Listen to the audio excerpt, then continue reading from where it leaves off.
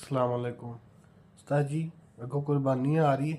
कुर्बानी का मकसद बिल्कुल है नहीं गा कि रिश्तेदारां नूं हल्लेदारां नूं दोस्तां नूं वहाने वास्ते सब तो वड्डा जानवर ले लो जी असीं बहुत वड्डा जानवर लिया वे नहीं। या ये नहीं कि जानवर लैके ते अपनी मशूक दियां गलियां दे विच फिरदे रहो।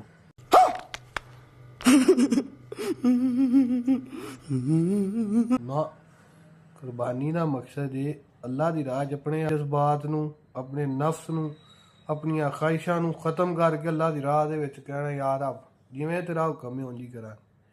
ठीक है, जिवें एक प्यो नूं अल्लाह ताला ने हुक्म दिता हज़रत इब्राहिम नूं हज़रत इस्माइल नूं कुर्बान कर दिओ, कुर्बान कर छड़िया।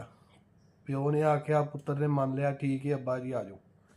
इत्थे अब्बा आख दवे ना कि पुत्तर जा मुहल्ले चो सब्जी लै आ। ओए हुणे ते मैं आया वां फिर भेजन लगे हो।